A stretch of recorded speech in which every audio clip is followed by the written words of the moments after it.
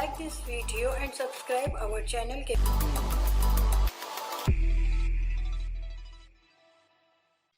आज जो हम टॉपिक पढ़ेंगे उसका नाम है what is the importance of biology.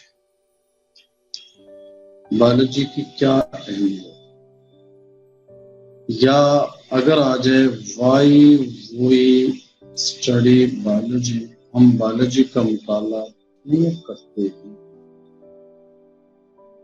या आ जाए biology and the services of mankind। Biology ने इंसानियत की कैसे खिदमत की।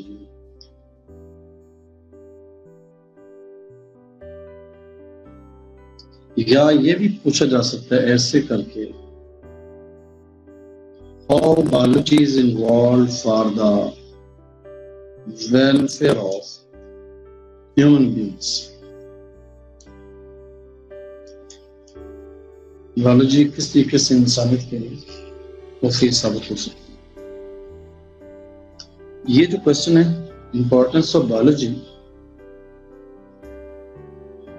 इस इंपॉर्टेंस के बारे में हमारा इस चैप्टर का लास्ट टॉपिक है, और इस टॉपिक के अंदर आगे 3 मेजर सब टॉपिक्स हैं। तो किसी भी तरीके से इस सवाल में से, आज के लेक्चर में से सेंसर क्वेश्चन भी आ सकता है, शॉर्ट क्वेश्चन भी आ सकता है, और एमसीक्यू भी आ सकता है। तो एग्जाम के लिहाज से ये टॉपिक काफी ज्यादा आमतौर पर इम्पोर्टेंट। बायोलॉजी हमारे लिए कैसे अहम है। वो साइंटिस्ट जो बायोलॉजी का मुताला करते हैं, उन साइंटिस्ट को हम कहते हैं they are called as a biologists. इन बायोलॉजिस्ट ने बायोलॉजिकल रिसर्च के जरिए से या बायोलॉजिकल नॉलेज के जरिए से या बायोलॉजिकल टेक्निक्स के जरिए से या बायोलॉजिकल किताब के मुताबिक एडवांसेस, बायोलॉजिकल एडवांसेस की वजह से इंसान का जो स्टैंडर्ड ऑफ लिविंग है उसको काफी हद तक इंप्रूव करने की कोशिश की। अब इंसान के स्टैंडर्ड ऑफ लिविंग को इंप्रूव कैसे किया, स्टैंडर्ड ऑफ लिविंग को इंप्रूव किया कैसे। इंसान की जो बेसिक नीड्स हैं वो 3। The one is called as a food, other is called as a health, and the third one is called as a इबादत।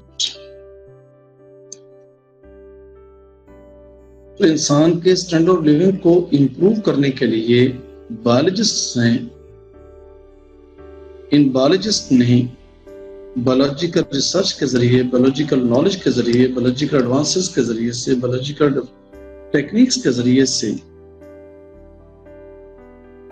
खुराक के लिहाज से, खुराक की प्रोडक्शन के लिहाज से, ताकि दुनिया के अंदर खुराक की कमी वाक़या न हो, तो नई नई वैरायटीज को पैदा किया। और वो वैरायटीज जिनके बारे में क्या कहते हैं, they are high yielding variety,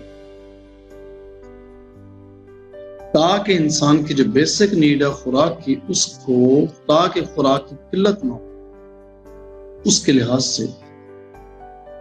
और इसी टॉपिक में हम बेशुमार आगे मुख्तलिफ किस्म के सब टॉपिक्स देखेंगे। दूसरे नंबर पे बीमारियों को कंट्रोल करके हम अपनी सेहत को बेहतर से बेहतर बना सकें। और तीसरे नंबर पे इन्वायरमेंट को प्रोटेक्ट करना, और इन्वायरमेंट के अंदर जितने भी ऑर्गेनिजम्स पाए जाते हैं उनको महफूज बनाना, उसके लिहाज से इन जितने भी बायोलॉजिस्ट हैं,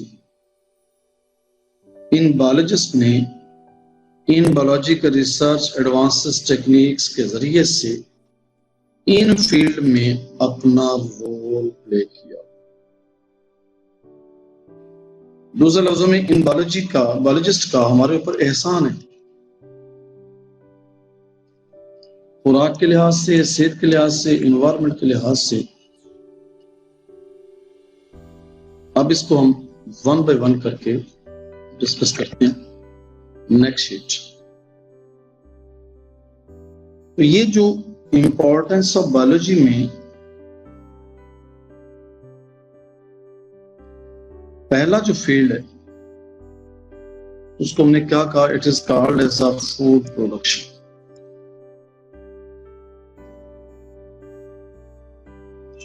दुनिया की जो पॉपुलेशन है वो बढ़ती जा रही है day by day, increases day by day. अगर मैं इसको ये कह दूं एवर इंक्रीजिंग पॉपुलेशन, तो भी ठीक है। एवर इंक्रीजिंग पॉपुलेशन की खुराक की जो रिक्वायरमेंट है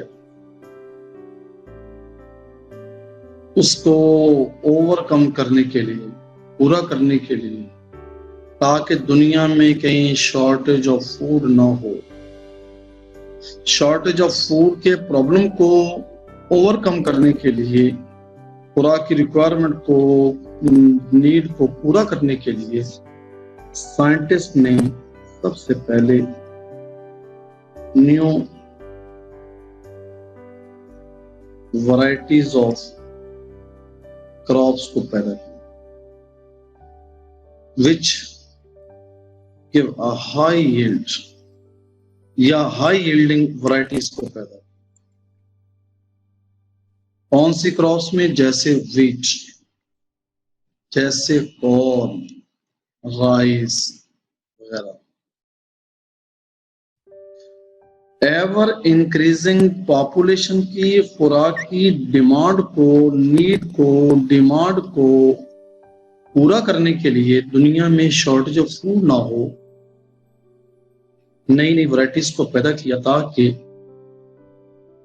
यील्ड जो होगी, पैदावार जो होगी, उसको इतना इंक्रीज कर दिया जाए कि दुनिया में कहीं भी शॉर्टेज ऑफ फूड ना हो। अब मैं यहाँ पे पाकिस्तान की एक मिसाल देता हूँ। 1970s में वीट की जो वैरायटी थी उसकी पैदावार जस्ट 270 से लेकर 320 केजी पर एकड़ थी।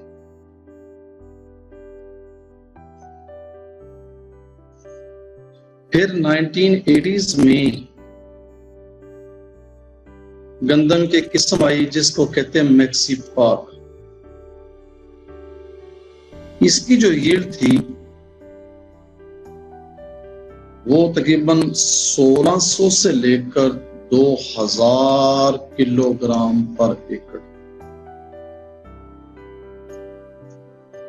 जैसे जैसे आबादी बढ़ती गई,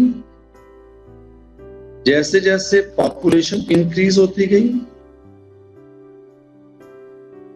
नई वैरायटीज के जरिए से, इस वैरायटी के जरिए से खुराक की पैदावार को भी बढ़ाया ताकि पाकिस्तान में शॉर्टेज ऑफ फूड का जो मसला है वो पैदा ना हो।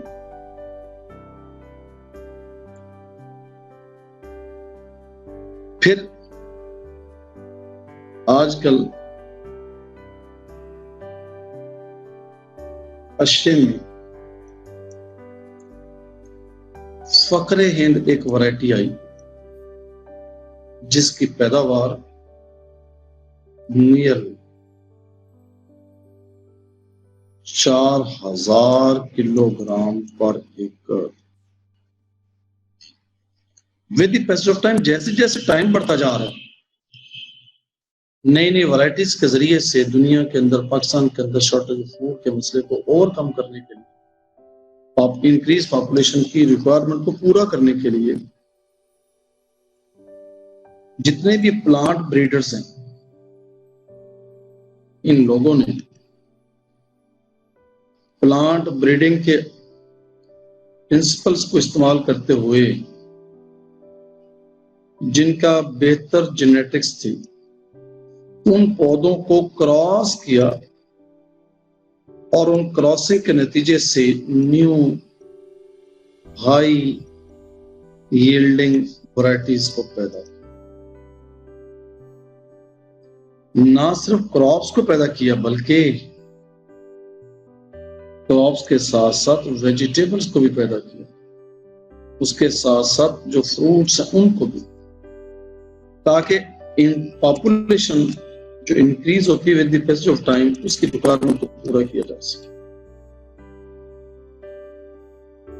अब जैसे मैंने एक मिसाल दी थी गंदम की, देखिए 1970s में ये पैदावार रेट था, 80s में ये था और फिर ये आ गया। आबादी बढ़ती जा रही है।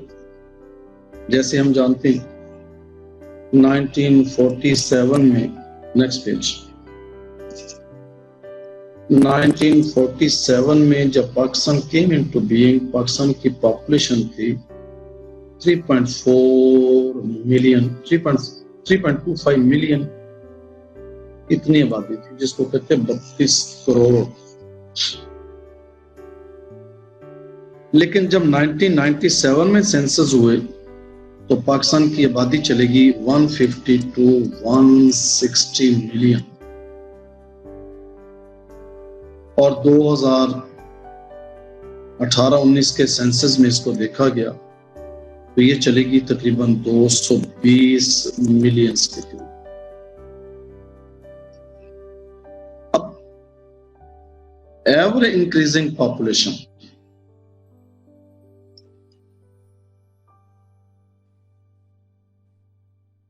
एवर इंक्रीजिंग पॉपुलेशन की रिक्वायरमेंट को पूरा करने के लिए, जैसे पीछे मैंने एक मिसाल दी थी क्रॉप्स की,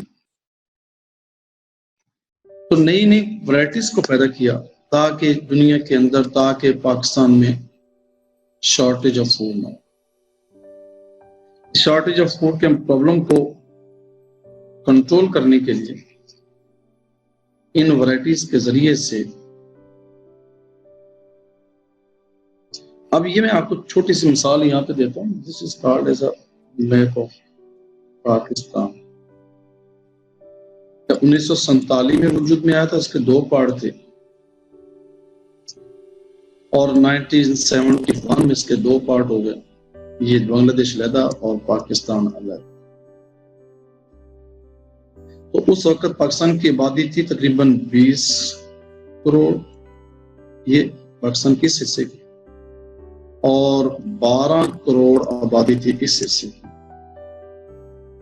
अब क्या हुआ, 1971 में स्कूते ढाका ये तकसीम हुआ, अलहदा हो गया हिस्सा पाकिस्तान से।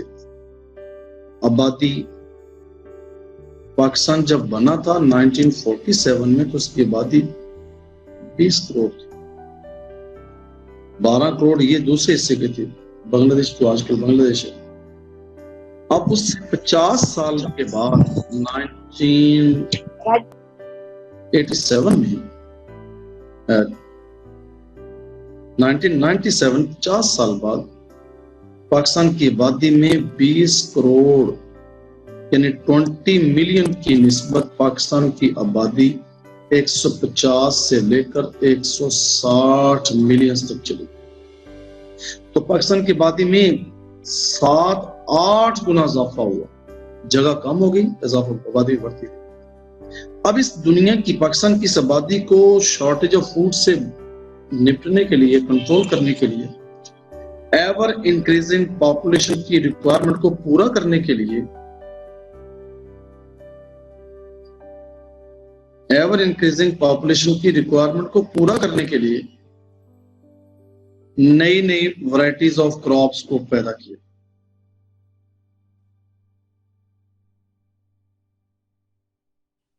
इन क्रॉप्स की वैरायटीज को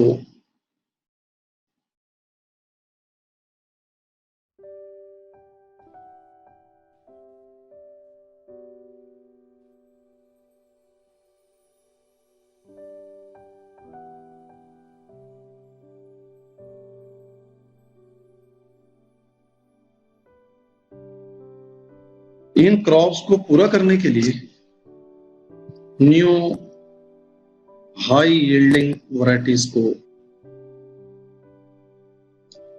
क्रॉप्स की से वीट के लिहाज से, राइस के लिहाज से, कॉर्न के लिहाज से, शुगर केन के लिहाज से, इन वैरायटीज के जरिए से इंसानियत की खिदमत की। इसके साथ साथ फिर साइंसदानों ने डिजीज रेजिस्टेंट वैरायटीज को भी पैदा किया ताकि ऐसी अक़साम को पैदा किया जाए जिनमें बीमारी के खिलाफ मुजामत हो, जिससे यील्ड को इंक्रीज किया जा सके। ये सारी इन साइंसदानों की कोशिश है जिनको प्लांट ब्रीडर्स कहते हैं। इन प्लांट ब्रीडर्स के साथ साथ जो एनिमल ब्रीडर्स हैं वो कहते हैं हम भी किसी से कम नहीं हैं। एनिमल ब्रीडर्स ने ब्रीडिंग के जेनेटिक्स के असूलों को देखते हुए, ब्रीडिंग के प्रिंसिपल्स को इस्तेमाल करते हुए गाय की, बफलोस की, शीप्स की, गोट्स की, हेन्स की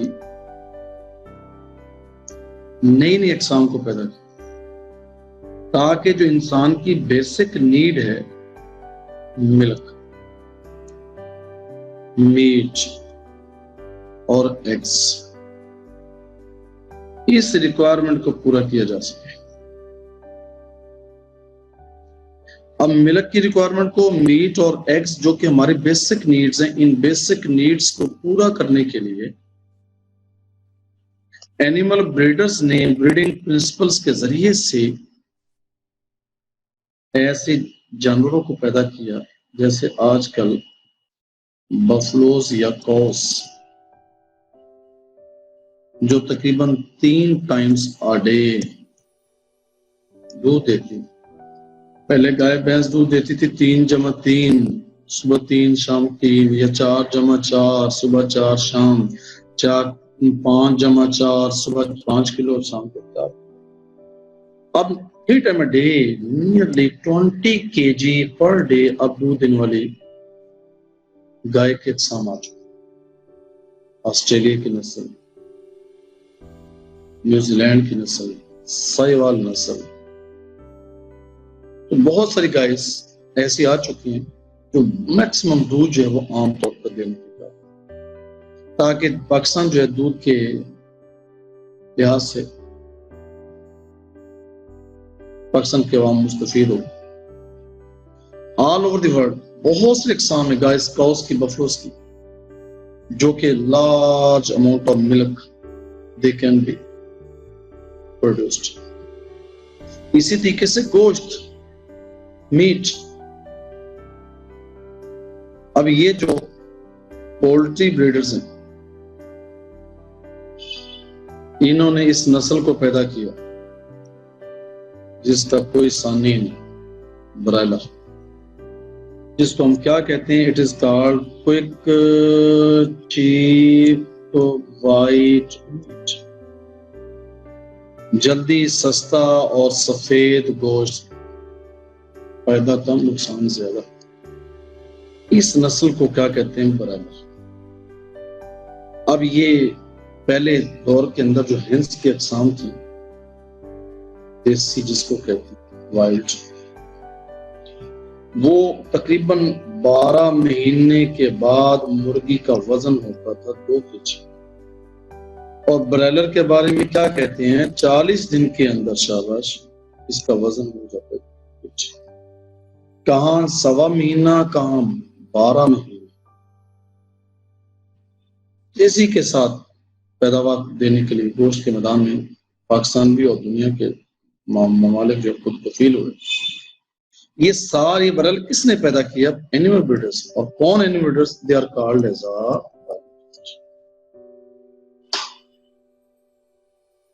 ये उनका एहसान है कि हम खुराक के, गोश्त के मैदान में हम शॉर्टेज ऑफ फूड को ओवरकम करने के लिए ब्रायलर के जरिए से अपनी रिक्वायरमेंट को पूरा कर सके। इसी तरीके से तीसरे नंबर पे क्या है, this is called as eggs. पहले मुर्गी होती थी हेंस, देसी। 1 साल के बाद वो अंडे देती थी, 2 से 3 महीने अंडे, उसके बाद चुप। फिर 6 महीने वक्फा, उसके बाद 2 से 3 महीने अंडे। अब मुर्गियों की ऐसी एक नस्ल आ चुकी है हेंस की, जिसको हम कहते हैं इट इज कॉल्ड लेयर। 6 महीने बाद अंडे देती है और 2.5 साल नॉन स्टॉप लगे। अब अंडे जो हैं वाफर विदार के अंदर अवेलेबल है इस लेयर नस्ल की वजह से, मुर्गियों की वजह से। तो नतीजा क्या हुआ? In conclusion, animal breeders due to biological advances, they develop large number of animals to overcome the shortage of food in the case of, in the field of milk, in the field of meat, in the field of तो ever increasing की requirement को पूरा करने के लिए ये साइंसदानों का, हम बायोलॉजिस्ट का हमारे ऊपर एहसान। Next sheet. अब ये जो बायोलॉजिस्ट है, इन्होंने एक तो पैदा किया न्यू हाई यील्डिंग वैरायटीज को पैदा किया, क्रॉप्स। नंबर 2, इन्होंने क्या किया, डिजीज रेजिस्टेंट वैरायटीज को पैदा।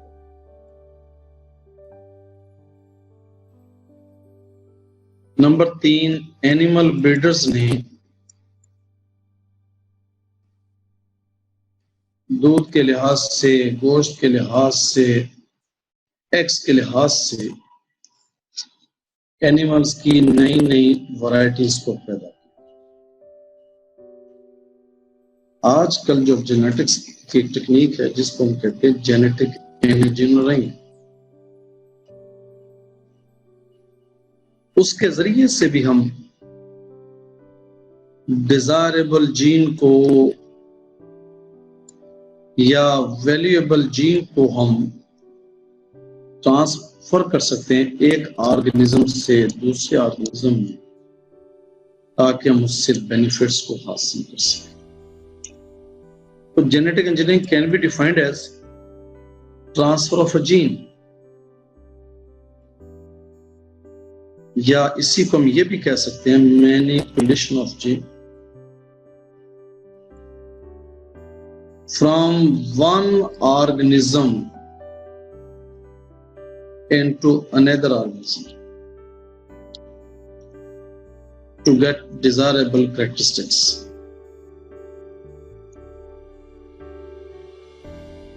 This technique is called as a genetic engineering. यहाँ पे मैं एक एग्जाम्पल कोट करता हूँ। आजकल कॉटन की एक वैरायटी मार्केट में अवेलेबल है, जिसको कहते हैं बीटी कॉटन। इसकी प्रोडक्शन रेट्स, यील्ड इसकी बहुत ज्यादा है, और इसके ऊपर जो इंसेक्ट का अटैक है वो मिनिमाइज है, वेरी लेस, अटैक बहुत ही कम, इंसेक्ट अटैक इसके ऊपर बहुत ही रिड्यूस्ड है।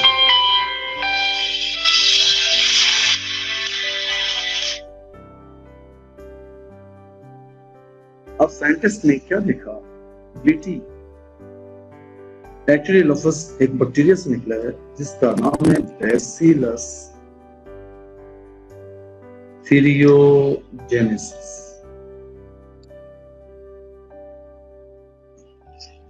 इस बैक्टीरिया के अंदर एक जीन पाई जाती है जो टॉक्सिन पैदा करती है अगेंस्ट इंसेक्ट्स।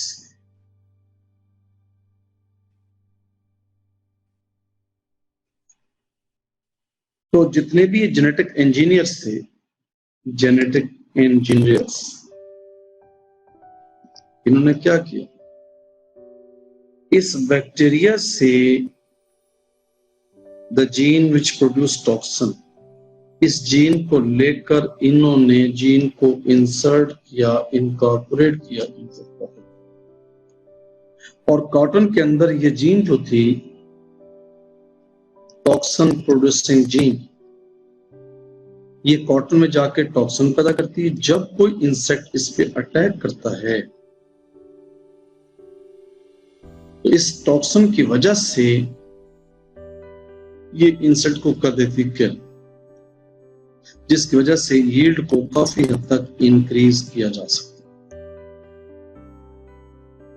अब बैक्टीरिया से जीन को ट्रांसफर किया, मैनिपुलेट किया in a cotton.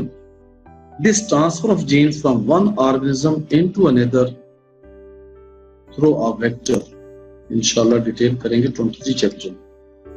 This technique is called as a genetic engine. हम अपनी मर्जी से एक जानदार से जीन को दूसरे जानदार में बेनिफिट्स को लेने के लिए, डिजायरेबल कैरेक्टरिस्टिक्स को हासिल करने के लिए हम जीन को ट्रांसफर करके इंसान की खिदमत कर सकते हैं। इसको कहते हैं जेनेटिक इंजीनियरिंग। अब इसी के अंदर हम इस टेक्निक के जरिए से इन पौधों को हासिल कर सकते हैं जिनको कहते हैं ट्रांसजेनिक प्लांट। वो प्लांट जिसके अपने अंदर एक उसका डीएनए और उसके अंदर एक और जानदार का डीएनए हो, उसको कहते हैं that is called as a foreign DNA या फॉरेन जीन। इसको मैं क्या कहूंगा, it is called as a host gene. Host gene है, होस्ट डीएनए। तो एक प्लांट जिसके अंदर अपना डीएनए हो, अपने के साथ साथ फॉरेन जीन भी मौजूद हो, इस प्लांट को हम कहते हैं इट इज कॉल्ड ट्रांसजेनिक। ये जो बीटी कॉटन है जिसके अंदर बैक्टीरिया की जीन शामिल है, इस पौधे को भी हम क्या कहेंगे, it is also called transgenic plant. इस ट्रांसजेनिक प्लांट को प्रोपागेट किया जा सकता है, लार्ज स्केल पर प्रोपागेट किया जा सकता है। इनकी तादाद को इंक्रीज किया जा सकता है किसके जरिए, इस टेक्निक के जरिए से जिसको हम कहते हैं क्लोनिंग, या इस एक और टेक्निक के जरिए से जिसको हम कहते हैं it is called as a tissue culture technique. इनके जरिए से हम इन प्लांट्स को लार्ज स्केल पर इंक्रीज कर सकते हैं। क्लोनिंग एक टेक्निक है, इंशाल्लाह इसी चैप्टर के एंड पे जाकर देखेंगे। With the help of asexual reproduction, genetically similar organisms को पैदा किया जा सकता है लार्ज स्केल पर। दिस इज कॉल्ड एज एक सेल से या एक ग्रुप ऑफ सेल से एक नया पौधे का पैदा हो जाना, इस टेक्निक को कहते हैं। इस तरीके से हम ट्रांसजेनिक प्लांट्स की तादाद को इंक्रीज कर सकते हैं। Next page. इसी इंपॉर्टेंस ऑफ बायोलॉजी में 6 नंबर पे ये जितने भी बायोलॉजिस्ट हैं, इन्होंने बायोलॉजिकल रिसर्च के जरिए से पेस्ट को, इंसेक्ट्स को, फंजाई को, वीड्स को किल करने के लिए कुछ केमिकल को स्टडी की। वो जानदार organism which attack on standing crops start to reduce its yield, पौधों को किल कर देते हैं जिसकी वजह से पैदावार जो है वो आमतौर पे रिड्यूस हो जाती है, कम हो जाती है। अब इन पेस्ट को किल करके इन अद्वियात के जरिए से, इन बायोलॉजिकल रिसर्च के जरिए से क्या हुआ, इन केमिकल को पैदा किया गया जिसको कहते हैं pesticides. Sides mean chemical substance which are used against pest. इन केमिकल को इंसेक्टिसाइड्स, इन केमिकल को पैदा किया गया, chemical substance which are used against insects. इन्हीं केमिकल में इन केमिकल को पैदा किया गया जिनका नाम है fungicide, the chemical which are used against fungi. इन केमिकल को पैदा किया गया जो वीड्स की शक्ल में हमारे क्रॉप्स की पैदावार को कम कर देती है। Sides chemical substance, weeds the plants which grow naturally reduce the growth of the other crops is called wheat. इनके जरिए से हम क्रॉप्स की यील्ड को काफी हद तक इंक्रीज कर सकते हैं। ये सारे के सारे जो केमिकल्स हैं, they are discovered by a biologist due to biological research. अब जहां इन पेस्टिसाइड्स के बेनिफिट हैं, वहां इसके हार्म्स भी, नुकसानात भी, हार्मफुल इफेक्ट्स ऑफ पेस्टिसाइड्स। एक ही पेस्टिसाइड के बार बार स्प्रे करने से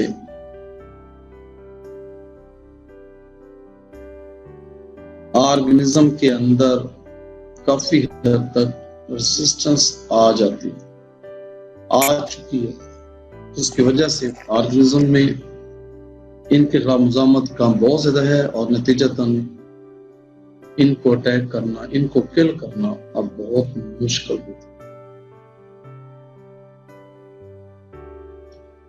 इन पेस्टिसाइड के बार बार स्प्रे से ये मसाइल भी आ चुके हैं जिसको कहते हैं टॉक्सिसिटी इफेक्ट्स। टॉक्सिक इफेक्ट्स भी पैदा हो चुके हैं जानवरों के अंदर, पौधों के अंदर, इंसानों के अंदर। इन्हें स्प्रे करने की वजह से ये पोल्यूशन भी हो चुकी है जिसको फरमाते हैं इन्वायरमेंटल पोल्यूशन। सॉइल के अंदर, वाटर के अंदर, एयर के अंदर आलूदगी भी पैदा हो चुकी है। अब इन हार्मफुल इफेक्ट से बचने के लिए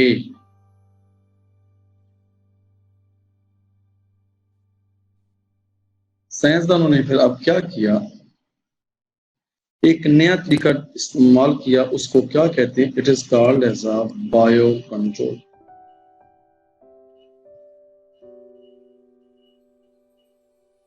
कंट्रोल ऑफ पेस्ट और insect by using living organism.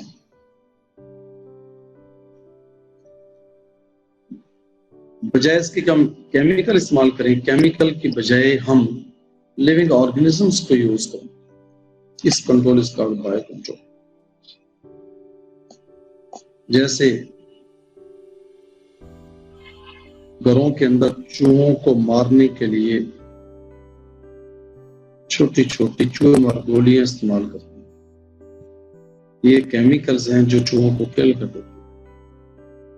अगर खुदा ना खासा बच्चा उठा के खा जाए बच्चे को नुकसान, तो इसको मारने के लिए जी इसके प्रेडेटर को देखा तो that is called cat. Cat बिल्ली छोड़ दें, बिल्ली क्या करेगी, कैट रैट को खा जाएगी, नतीजा था खत्म। Not use of chemical, by use of living organism this organisms are killed. This method is called biocontrol. तो जैसे आप किताब में एक एग्जांपल लिखी, एफिड्स टेला बिलोंग टू फाइलम आर्थ्रोपोडा। ये आमतौर पे अटैक करता है वॉलनट ट्री के ऊपर, अखरोट के दरख्त, जिसकी वजह से अखरोट का जो साइज है वो छोटा हो जाता है, स्मॉल साइज। अगर हम इसको किल करने के लिए इंसेक्टिसाइड का स्प्रे करेंगे,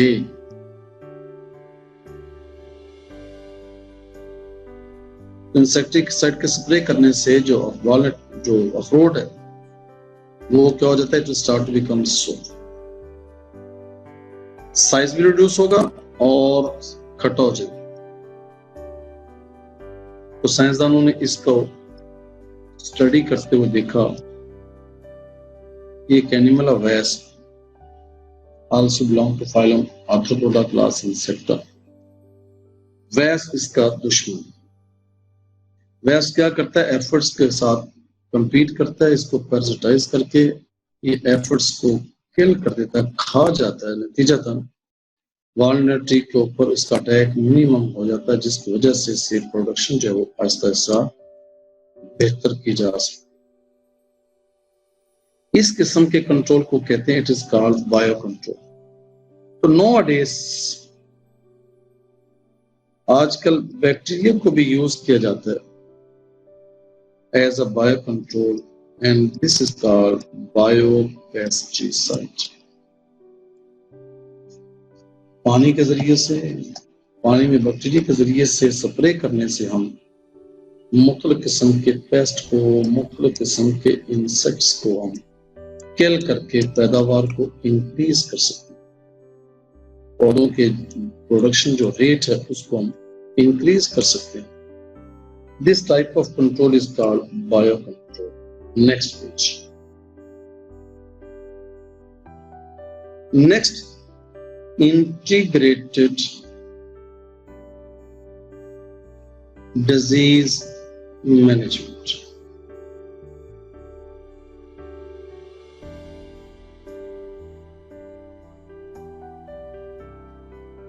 इंटीग्रेटेड कहते हैं आमतौर पर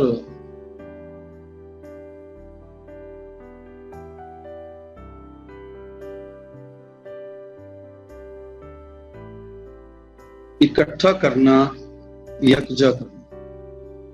मैनेजमेंट में होता है कंट्रोल। बीमारी को कंट्रोल करने के लिए मुख्तलिफ किस्म के तरीकेकार को यकजा किया जाए। अब एक बीमारी को कंट्रोल करने के लिए, डिजीज को कंट्रोल करने के लिए मुख्तलिफ किस्म के तरीकेकार इस्तेमाल किए जाए। मसलन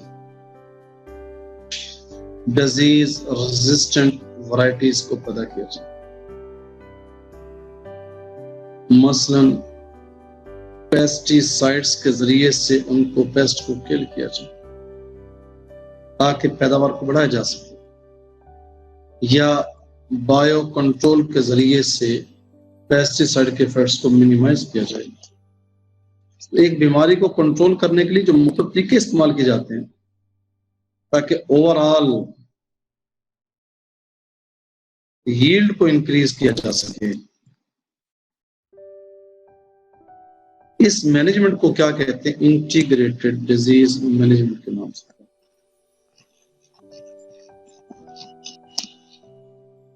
अब बायोलॉजी की इंपॉर्टेंस में जो हमने टॉपिक शुरू किया था, इंपॉर्टेंस ऑफ बायोलॉजी में दुनिया का एक अजीम तर साइंसदान लुईस पास्चर, इसने 1960s में the greatest scientist of all the time, इस तरीकेकार को स्टडी किया, दैट इज कॉल्ड पास्चराइजेशन। और भी बहुत से इसकी कंट्रीब्यूशन है पास्चर साहब की। Fermentation, vaccination, medicine, microbiology as well as pasteurization. जब तक दुनिया कायम रहेगी पास्चर का नाम जिंदा रहेगा। आजकल हम दूध या बाजार से मिल्क पैक लेते हैं तो उसके ऊपर भी लिखा होता है पास्चराइज्ड मिल्क। इस टेक्निक के जरिए से हम मिल्क और जो मिल्क प्रोडक्ट्स हैं उनको डैमेज होने से बचा सकते हैं, उनको स्पॉइल होने से बचा सकते हैं। जब उसको ट्रांसपोर्ट करते हैं from one place into another place, तो उसकी क्वालिटी को डैमेज होने से बचाने के लिए आजकल इस तरीकेकार को इस्तेमाल किया जाता है। It is called pasteurization. Over a long distance, suppose Lahore से दूध को हमने लेके जाना है कराची, तो इसके लिए तो कम से कम 20 घंटे रिक्वायर्ड है सफर के लिए। अब इस ट्रेवलिंग के दौरान दूध डैमेज हो सकता है। अब मैं यहाँ पे एक बात कहता हूँ आपको, देखिए ये जो दूध हम पीते हैं इसमें बैक्टीरिया पाए जाते हैं। अब जब सुबह सुबह गाय से, भैंस से हम दूध लेते हैं, फौरी पी लें तो ये नुकसान नहीं देता। अगर इसको दूध को हम रख दें 4 से 6 घंटे के बाद, हम क्या देखते हैं कि जो बैक्टीरिया इसमें पाए जाते हैं वो क्या करते हैं, दूध के अंदर जो मौजूद प्रोटीन्स हैं, कार्बोहाइड्रेट्स हैं, लिपिड्स हैं, उनको आहिस्ता आहिस्ता तोड़कर उससे पैदा कर देते हैं टॉक्सिन, उससे पैदा कर देते हैं एसिड्स। इन टॉक्सिन एसिड्स की वजह से मिल्क जो होता है वो आहिस्ता आहिस्ता सोर हो जाता है, और आखिरकार दूध फट जाते हैं। अब इस दूध की क्वालिटी को बरकरार रखने के लिए, इन बैक्टीरिया को किल करने के लिए ये मैकेनिज्म इस्तेमाल किया जाता है जिसको कहते हैं हीटिंग मैकेनिज्म। इस मैकेनिज्म के जरिए से दूध को हीट किया जाता है। दो मेथड्स हैं इसके, high temperature low time, low temperature high time, 62 degree centigrade for 30 minutes, low temperature high time, या दूध को गर्म किया जाता है 71 degree for 15 seconds, high temperature low time. इस टेम्परेचर के ऊपर all of the bacteria are killed.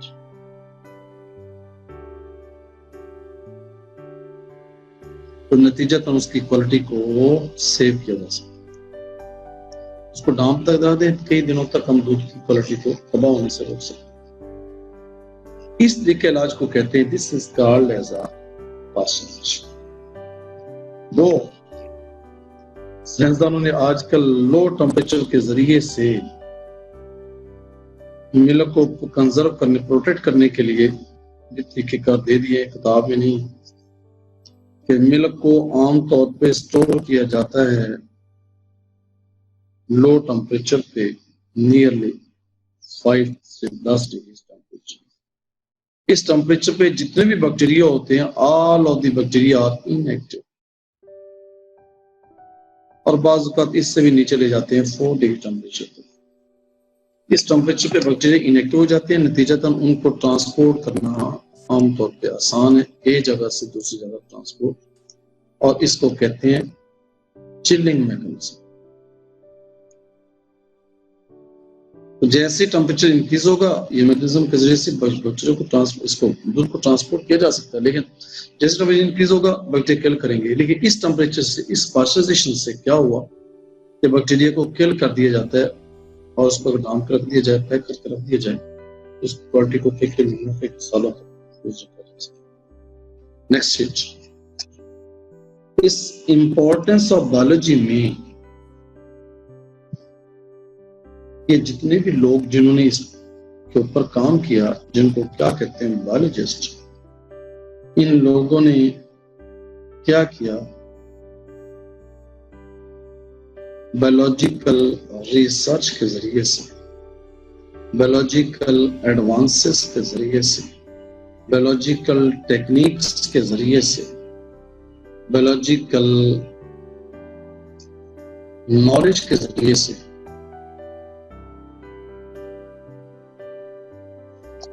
खुराक के लिहाज से, फूड प्रोडक्शन के लिहाज से बेशुमार किस्म के इक़दामात सर अंजाम दिए। उनमें एक आखिरी last, that is called hydroponic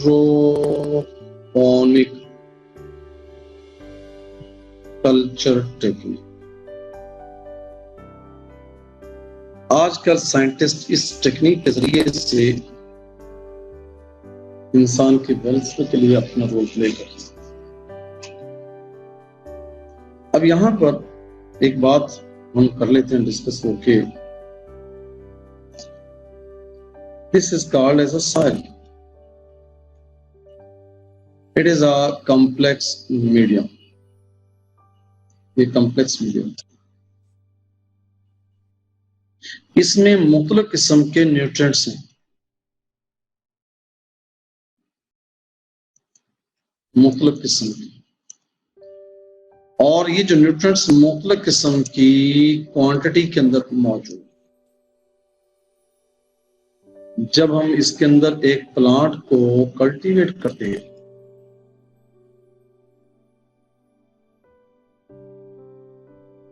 इस पौधे ने कौन से न्यूट्रिएंट को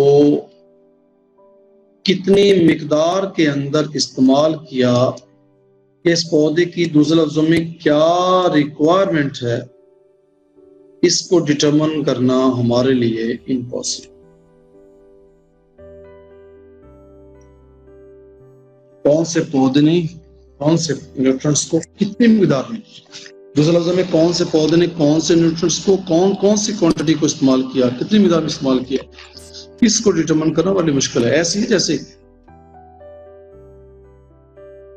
हम शादी हाल में जाएं, शादी हाल में जनाब वहां पर खाने का जो सिस्टम होता है, हम वहां मालूम नहीं कर सकते कि टेबल लगा हुआ है, मुख्तलिफ किस्म के वहां पे खाने मौजूद है, एक इधर टेबल लगा हुआ है उस पर भी मुख्तलिफ किस्म के खाने मौजूद है, एक इधर टेबल लगा हुआ है उस पर मुख्तलिफ किस्म के खाने मौजूद है। एक आदमी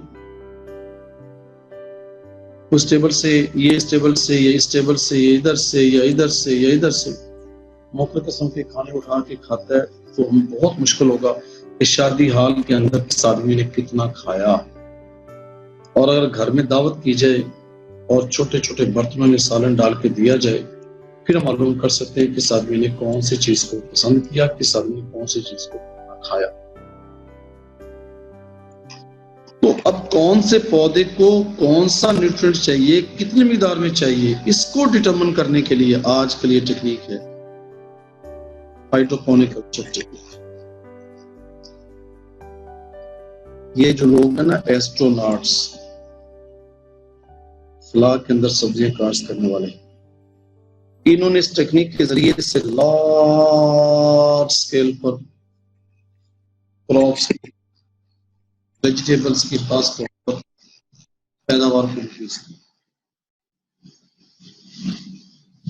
पॉट्स के अंदर क्या डालते हैं, it is called as a aerated water,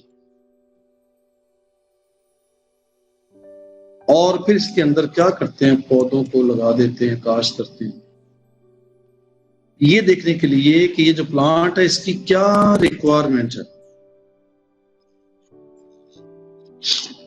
एक में डाल देते हैं नाइट्रोजन, एक में डाल देते हैं फास्फोरस, एक में डाल देते हैं पोटेशियम, एक में डाल देते हैं कैल्शियम, एक में डाल देते हैं फॉस्फोरस।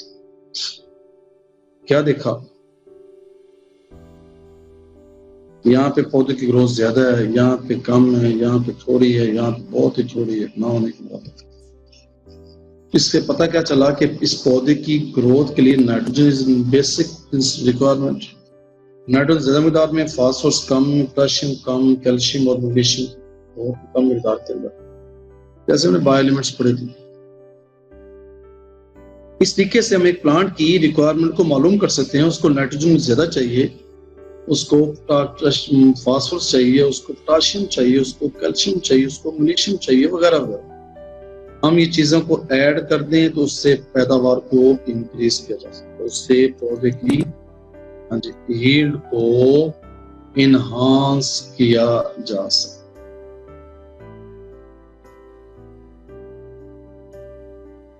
अब हमारे पाकिस्तान में अल्लाह ताला खैर फरमाए, एक बेसिक ट्रेंड है।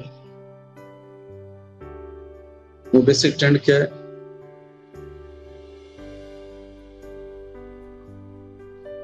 नेक्स्ट सेकेंड,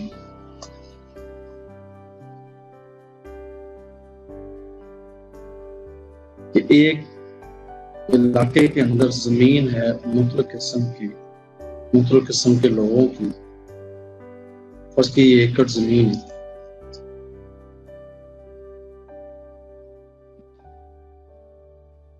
अब अगर एक आदमी इसमें यूरिया खाद डालता है तो बाकी लोग भी यूरिया डालेंगे, क्योंकि भेड़ चाल है। अगर गांव का चौधरी इसमें डीएपी डाल देता है तो सारे जिम्मेदार इसमें डीएपी डालेंगे। अब कोई नहीं जानता कि मेरी मिट्टी में कौन से न्यूट्रिएंट्स मौजूद हैं और कौन कौन से न्यूट्रिएंट्स की डेफिशिएंसी है, कौन कौन से न्यूट्रिएंट्स हैं वो आम तौर पर प्रॉपर अमाउंट के अंदर हैं, किसी को नहीं पता। अब मिसाल के तौर पे दो भाई हैं, मैं आपको एक मिसाल देता हूँ, दो भाई हैं, दोनों के पास एक एक एकड़ जमीन है, वो इसमें गंदम काश्त करता है, वो भी इसमें गंदम काश्त करता है, वो भी इसमें यूरिया खाद डालता है और वो भी इसमें यूरिया खाद डालता है। अगर इसकी पैदावार आगे सपोज 50 मन गंदम की पैदावार, इसकी आती है 40 मन पैदावार, तो इसका मतलब क्या हुआ? दोनों में गंदम की एक ही वैरायटी, दोनों में खाद की एक ही मिकदार, दोनों में पानी इक्वल, तो फर्क पैदावार में फर्क आया। तो डेट्स मीन ये फर्क कहाँ से हुआ कि इसके अंदर मुख्तलिफ किस्म के न्यूट्रिएंट्स आमतौर पर रिच थे और इसमें न्यूट्रिएंट्स की क्या थी? It is called as a deficiency. इस डेफिशिएंसी की वजह से पैदावार कम हुई, डेफिशिएंसी रिच होने की वजह से पैदावार ज्यादा हुई। अगर हर आदमी, हर किसान, हर फार्मर अपनी मिट्टी का टेस्ट करवाए और टेस्ट फी जस्ट ₹1, मिट्टी का एनालिसिस करवा लें और एनालिसिस करवाने से हम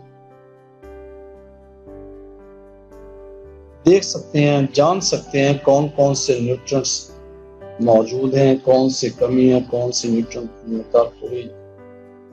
फिर जो रिक्वायरमेंट है पौधे की वो हम ऐड कर दें तो नतीजतन उससे पैदावार को इनहांस किया जा सकता है। तो मैं अक्सर बच्चों को एक बात कहता हूँ कि एक आदमी है 1 एकड़ जमीन काश्त करता है और उसमें उसने कपास के पौधे लगाए हैं। अब ऐसे करके बेशुमार उसकी पैदावार बहुत ज्यादा है, बेशुमार उसके फूल हैं। किसान बड़ा खुश होता है कि जनाब इस पे बहुत ज्यादा फ्लावरिंग है, इन फ्लावरिंग से फ्रूट्स बनेंगे। मैं कहता हूँ एक कॉटन के अंदर 5 उसकी ब्रांचेस हैं, हर ब्रांच के ऊपर 50 फ्लावर्स हैं, तो पैदावार उसकी बहुत ज्यादा होगी। एक ब्रांच तो मंसूबे बनाता है, जनाब फलां की शादी करेंगे, फलां मकान बनाएंगे, इस साल हज भी करेंगे, इस साल लोगों की खिदमत भी करेंगे। 3 या 4 हफ्ते बाद जाके क्या देखता है, आफ्टर 1 मंथ क्या देखता है कि उन 5 शाखों के ऊपर कहीं कहीं 2-2 या 3-3 फूल है ओनली, बाकी फूल जो है ड्रॉप हो चुके। फिर वो कहेगा ये अल्लाह की मर्जी,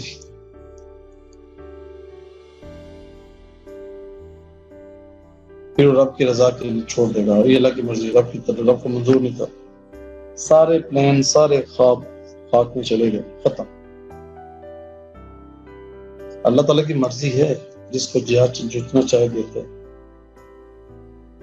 अगर हम थोड़ी सी मिट्टी के सैंपल को लेकर टेस्ट करवा लें, फिर जो प्लांट की रिक्वायरमेंट है उसको हम पूरा कर दें, उससे पैदावार इंक्रीज होगी, उससे आपके ख्वाब पूरे होंगे। ये भी रब की मर्जी है, इसमें भी अल्लाह की मर्जी शामिल। अल्लाह आपको देना चाहता है लेकिन आप लेना नहीं चाहते। यहाँ पे अल्लाह देना चाह रहे हैं, यहाँ पे आप लेने नहीं चाह रहे। अगर हमें पता चल जाए फ्लावर की जो ड्रॉपिंग है ये किस वजह से हुई, ड्यू डेफिशिएंसी ऑफ फास्फोरस, तो मिट्टी के अंदर फास्फोरस को ऐड कर दें, तो उसके नतीजे से हम पैदावार को लार्ज स्केल पर बढ़ा सकें।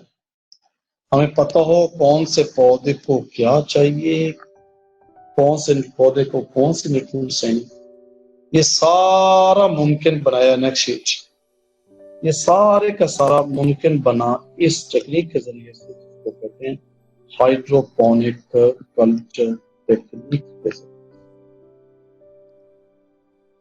इसमें हर एक प्लांट की जो न्यूट्रिएंट रिक्वायरमेंट है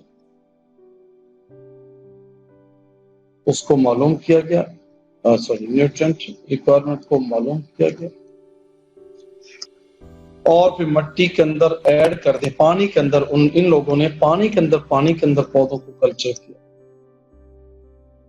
पानी के अंदर उन न्यूट्रिएंट्स को ऐड करके उनकी पैदावार को इंक्रीज करने की कोशिश की।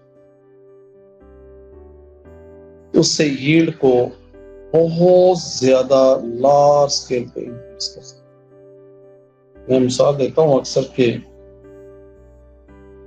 ये जो हम पोलैंड का नाम सुना होगा, इसराइल का नाम सुना होगा,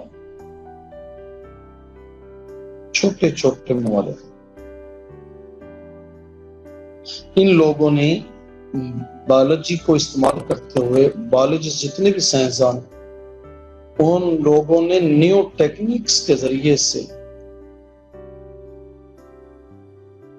क्रॉप्स के लिहाज से, फ्रूट्स के लिहाज से, वेजिटेबल्स के लिहाज से लार्ज स्केल के ऊपर न्यू न्यू वैरायटीज को पैदा करने ज्यादा दुनिया के अंदर, जिसको फरमाते हैं it is called as a green revolution.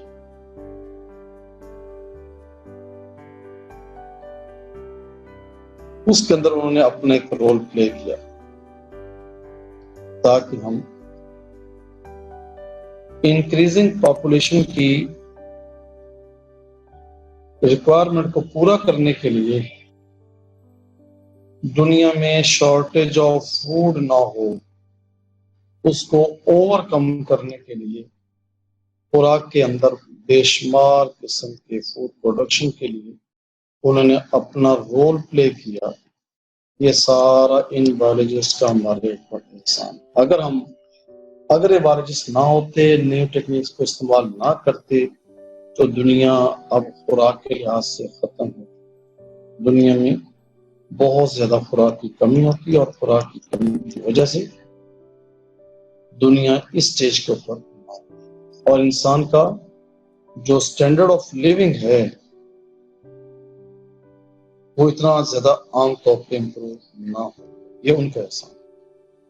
कल इंशाल्लाह हम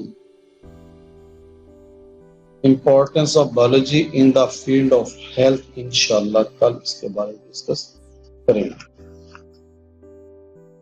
लो जी, आपका लेक्चर हुआ मुकम्मल। इसके बारे में कोई किसी किस्म का सवाल, any questions about this lecture, pertaining to this lecture या before this lecture, importance of biology से पहले बायोलॉजिकल मैटर के बारे में, तो you are most welcome. Sir